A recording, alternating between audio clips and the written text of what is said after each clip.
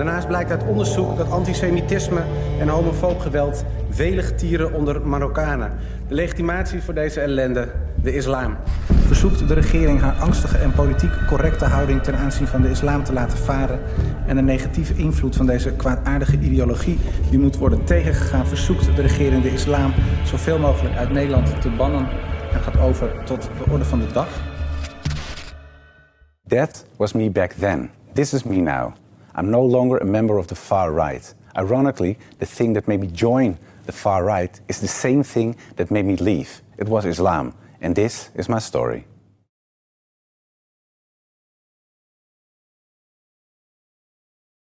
My name is Joram van Klaveren and I'm a former member of the Dutch Parliament who represented the Party for Freedom, the Anti-Islamic Nationalist party of Geert Wilders. For years, I gave everything I had to fight against Islam. I tried to make legislation to shut down all Islamic schools in the Netherlands. I attempted to close all mosques, ban the Quran and ban Islam altogether from the Netherlands. As a Dutch politician, I opposed Islam in every way possible. Then, in 2017, I left Parliament and finally had the time to fulfill a long-held desire to write an anti-Islam book. I wanted a book that would provide conclusive theoretical groundings for all of the objections I held against Islam as a politician.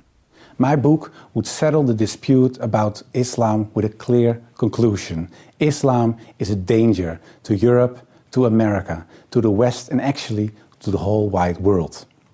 Before writing my book, my view about Islam was influenced by the conservative Protestant environment of my upbringing, in which other religions, and certainly Islam, was definitely seen as wayward and wrong. I was also influenced by the cultural aversion towards Islam that many Europeans have, which was a result of their historic clashes with the Islamic world. And of course, the fears and worries I experienced during years of studying comparative religion at the university formed my opinions. Remarkably, my studies at the university actually began on September 11, 2001. Many horrors would sadly follow, inside and outside of Europe, from the murder of columnist Theo van Gogh to kidnappings, anti-Semitic terror and beheadings, to haphazard stabs, truck attacks and suicide attacks, to the proclamation of the Caliphate by ISIS. There were even Muslims from the Netherlands who traveled as jihadists to Syria. These events confirmed and deepened my negative feelings about Islam and motivated me to join Wilders' party. I believed that Islam should be fought wherever possible. But as I began writing my book, I came across information that was at odds with the ideas I had. I learned that many of my ideas about Islam, stated by Orientalists, far-right Westerners, and even Islamic extremists, had little or no basis in historical Islam. My research often presented me with context and interpretations that were very different from those I had propagated for years in politics. A more nuanced image of Islam slowly developed in my mind. Seeking more information, I wrote to various academic authorities on Islam, including Professor Abdul Hakim Murad of Cambridge University. He pointed out various scholars, books and facts and advised me to read again and more deeply this time. One by one, my objections to Islam vanished. Islam was no longer a religion that promoted violence, hatred and anti-Semitism, or a religion that categorized women and non-believers as inferior humans and stridently opposed democracy. Slowly, my perspective of Islam was changing.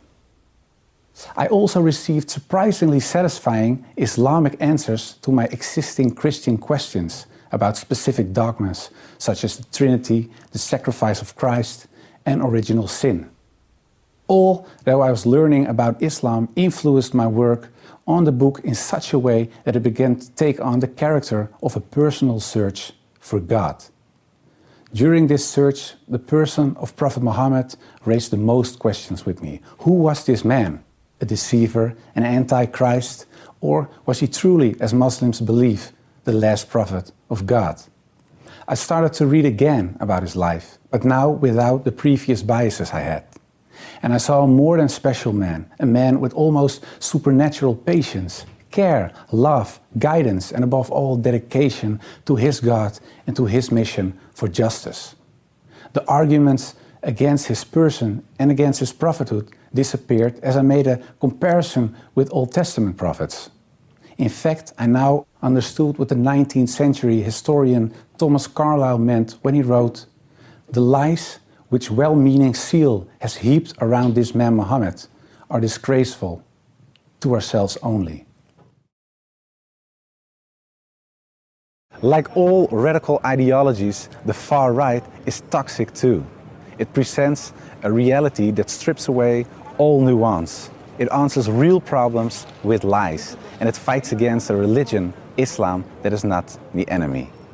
The real enemies are a deficit of empathy and ignorance, like the great philosopher Socrates already said.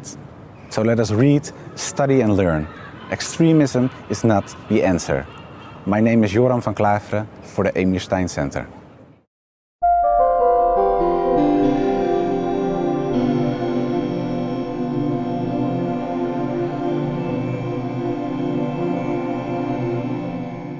This video was produced in collaboration with Alliance of Virtue.